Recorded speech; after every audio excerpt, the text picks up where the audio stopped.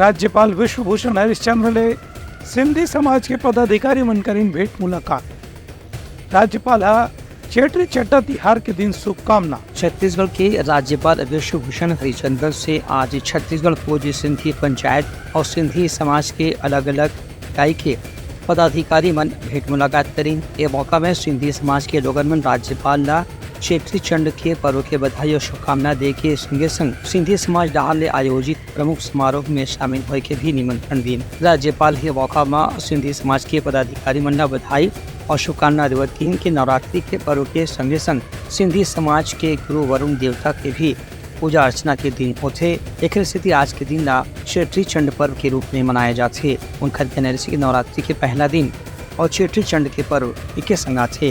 Bureau report Uttarakhand news.